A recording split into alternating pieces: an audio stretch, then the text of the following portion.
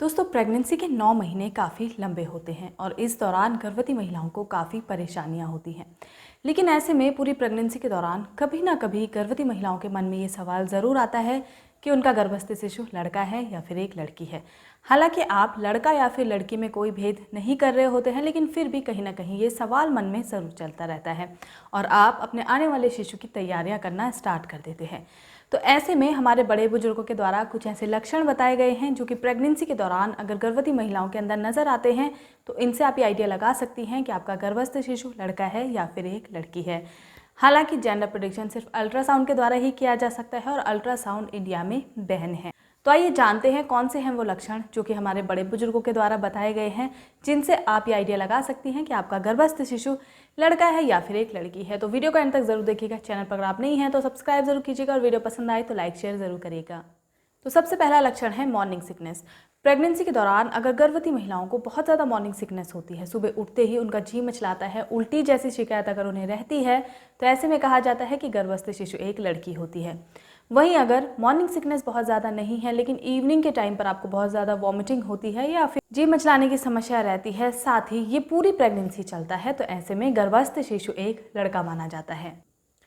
दूसरा लक्षण है पेट का आकार। प्रेगनेंसी के दौरान गर्भवती महिलाओं का पेट प्रेगनेंसी के 6वें महीने से दिखाई देना शुरू होता है और कभी कभी कुछ गर्भवती महिलाएं ऐसी भी होती हैं जिनका पेट प्रेगनेंसी के 3रे महीने से ही हल्का फुल्का दिखना शुरू हो जाता है। तो कहा जाता है कि अगर प्रेगनेंसी के दौरान गर्भवती महिला का पेट जल्दी दिखना शुरू होता है तो गर्भस्थ शिशु एक लड़का होता है। वहीं अगर लेट में पेट दिखना शुरू होता है तो गर्भस्थ शिशु एक लड़की मानी जाती है। इसके अलावा अगर प्रेगनेंसी के दौरान गर्भवती महिला के पेट का आकार बिल्कुल गोल शेप में है, यानी कि राउंड शेप में है और ऊपर की तरफ उभरा हुआ है, तो ऐसे में गर्भस्थ शिशु एक लड़की मानी जाती है। लेकिन वहीं अगर गर्भवती महिला का पेट अंडाकार है, यानी कि पेट नीचे की तरफ लटका हुआ है, तो ऐसे में गर्भस्थ शिशु एक लड़का माना जाता है। तीसरा लक्षण है फूड क्रेविंग।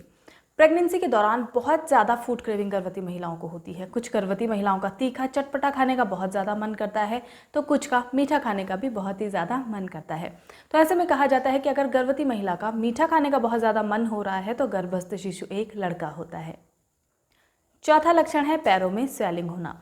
प्रेगनेंसी के दौरान लगभग सभी गर्भवती महिलाओं के पैरों में हल्की फुल्की स्वेलिंग आती है, लेकिन अगर आपके पैरों में प्रेगनेंसी की शुरुआत में ही स्वेलिंग आना स्टार्ट हो गया है और ये थ्रू आउट प्रेगनेंसी चलता है, तो ऐसे में गर्भस्थ शिशु एक लड़का माना जाता है। पांचवा लक्षण है बेबी की मूवमेंट को देखकर। प्रेगनेंसी के दौरान अगर गर्भस्थ शिशु की मूवमेंट पेट के नीचे के हिस्से में ज़्यादा महसूस हो रही है या फिर लेफ्ट साइड में ज़्यादा महसूस हो रही है, तो ऐसे में गर्भस्थ शिशु एक लड़का माना जाता है। वहीं अगर बेबी की मूवमेंट पेट के ऊपर के हिस्से में ज़्यादा है या फिर राइट साइड में ज़्यादा है, तो ऐसे में गर्भस्थ शिशु एक लड़की मानी जाती है। तो ये थे दोस्तों वो 5 लक्षण जो अगर प्रेगनेंसी के दौरान आपको अपने अंदर नज़र आ रहे हैं, तो इनसे आप ये आइडिया लगा सकती हैं कि आपका गर्भस्थ शिशु लड़का है या फिर एक लड़की है। हालांकि आपको बता दूं, ये 100% ठीक भी नहीं होते हैं, लेकिन हमारे बड़े बुजुर्गों के द्वारा माने गए हैं और काफ़ी पहले से चले आ रहे हैं और इनके द्वारा ही बड़े बुजुर्ग आइडिया लगाते थे कि होने वाला शिशु लड़का है या फिर एक लड़की है, और 99% ये सही भी साबित होते हैं।